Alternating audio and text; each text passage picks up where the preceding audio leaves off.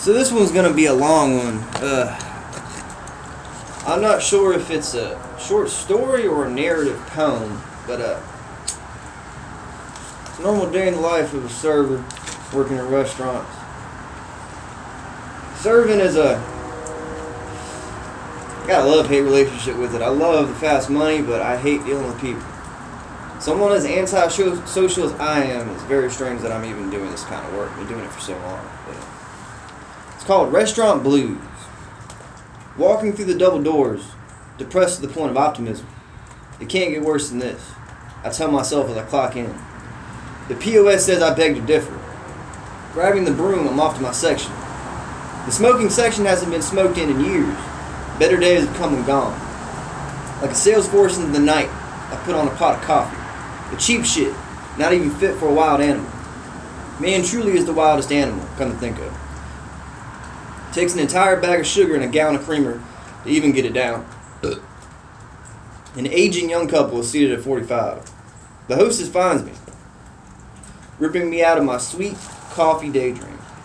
I reply, "It's only 11:10, the audacity." She laughs. We've been sleeping with each other since April, but she doesn't matter. The money does. I greet the table.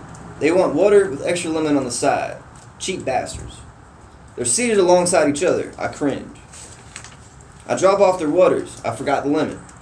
Suppressing the urge to scream, I go get it for them. They insist on the appetizers coming out before the entrees. I want to kill them both, but I decide against it. They might tip well, but I doubt it. Don't seem like the good tipping type. I ring in their goddamn appetizers. Mozzarella sticks with extra marinara. Gross. I find solace in the fact that they're microwaved.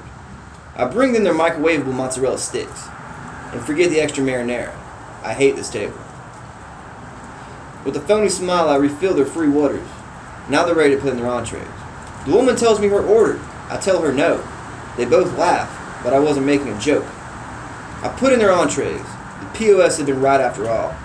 Go fuck yourself with your double cheeseburger. I look at the clock. 11:26 a.m. Jesus Christ. I get off at 3. Time has never been on my side. I bring them their entrees. They smile and thank me. They want ketchup. When will it end? One more request, and I'm clocking out. The hostess seats me. Her eyes meet my own. I think she's in love with me. No time for romance. It's my regular, Mr. Helm.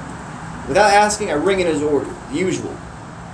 He eats here every day. I know him well. Regulars always think that they're big shots. If I ate at the same place every day, I would kill myself. My first table's food is overcooked. Great. I asked them if they want me to take it back, and they decline. What the hell did you tell me for then? There goes my $3 tip. I thank the kitchen for their stellar performance. Miguel tells me to go fuck myself. Great guy. Mr. Helm's food is ready. I drop it off. He thanks me. Today is not my day. I walk to the hostess stand. Looking at the seating chart, I realize I'm next. What a cruel, cruel world. I smack the hostess on her ass. She giggles, and I walk off. I drop off my first table's check. Made sure Mr. Big Shot's food was up to par, and it was. The first table left me $8. I'm shocked. I sneak outside to smoke the first cigarette of the shift. Miguel's outside. We don't make conversation. I think he hates me. I couldn't care less. The hostess finds me. I have another table. I hate my life. Flicking the cigarette in the bucket, I saunter back inside. Today really isn't my day. It's a party of teenagers. God must truly despise me. They all order water with no ice.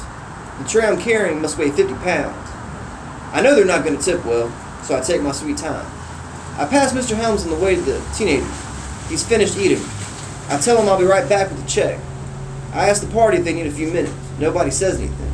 Everybody's on their phones. I hate teenagers. Unbothered, I leave to give the big shot his check. I drop it off. Mr. Helms tells me to give Miguel his regard. I tell him sure. I have no intention of doing this. Today really isn't my day. Praying that the little bastards are ready, I head back to the table. They still aren't. God really does despise me. I go back to the hostess stand. I fuss at her for giving me this goddamn table. She apologizes and offers to see me next. I would rather bathe in battery acid, but I thank her and tell her that's fine. I look at the clock, 12:05 p.m. Son of a bitch. This shift is going to be the death of me. Maybe the teenagers are ready now. Why couldn't they have their parents with them? I'll be I'll be lucky to get $7 out of all 12. Oh well. It takes me 15 minutes to get their entire order. Fuck these teenagers and their smartphone. Hopefully I'll be dead by the time they're running the country. One can only hope. When did I become so old and jaded? Oh, restaurant industry, I've given you all, and now I'm nothing.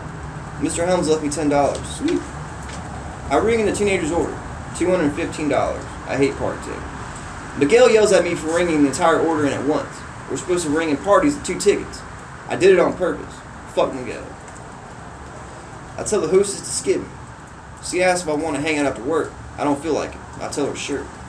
She smiles. Why do women even like me? I sit down to finally finish my shit coffee. It is cold, it tastes like dirt. We ran out of ice. My side work is ice. God damn it, I'm a terrible server. All of us are. I should have went to law school. This sucked. The little bastard's food is ready. Whoop you. It takes me 4 trips to bring it all out. I could have asked for a follow. I don't even care anymore. Somebody drops a plate. The crash reverberates throughout the building. The dining room erupts in applause. First time I've laughed all day. I need a cigarette. If Miguel's outside again, I'm going to scream. The coast is clear. These things will be the death of me. Hopefully sooner than later. I go check on the teenagers. They all need refills. Son of a bitch. There's no water pitcher in sight. Today really isn't my day. I refill their drinks. Now they all want to-go boxes. In my imagination, I shit in my hand and I throw it at them. Little bastards. What time is it? 1:30 p.m. Almost there. The teenagers stiff me. I fight the urge to run outside and beat them with my belt. I've been sad again. It's 2 impossibly old women. They are nearly deaf. I have to shout for them to understand me. What twisted game am I playing right now? I started sleeping with the hostess to get the good tables. This is bullshit. My geriatric burden wants unsweetened tea. Disgusting. Nobody made me unsweet tea. Lord, help me. I apologize loudly for the inconvenience. They are absolutely livid. Senior rage is a hell of a thing. I make some unsweet tea just for them so they can die happy. Now they want sweet and low. There's none in their sugar caddies. God truly has turned his back on me. I get them their goddamn sweet and low. It's been 20 minutes. They have no idea what they want to order. I need a shot of tequila. The shift will never end. I leave them to ponder over the menu. The Browns game is on the TV at the bar. Down 22 in the 4th. Almost as hopeless as I am. The hostess catches my eye. Maybe I'll settle down with her. No chance. The old bags are ready to order. Altogether, they must be over 200 years old. I don't think I'll make it to seat 30. Good. I wonder how much a gun costs. Their orders are in. The clock reads 2:25 p.m. Hallelujah. One more smoke before I'm out of here. I pass Miguel on my way out the back door. I flip him the bird. He says nothing. Fucking asshole. Nothing like a good smoke. The senior citizen food is ready. Meatloaf and baked chicken. Utterly horrid. They seem to be pleased. I start on the silverware. This god-awful shift is finally almost over. As I'm rolling, the hostess walks over to me. She whispers something dirty in my ear. I don't feel like hanging out to work. Now I do. The old women demand a senior discount. I tell them to rot in hell. Just kidding. I bring them their 10% off check. They don't even tip 10%. I hate old people. The silverware is finished. The ice is filled.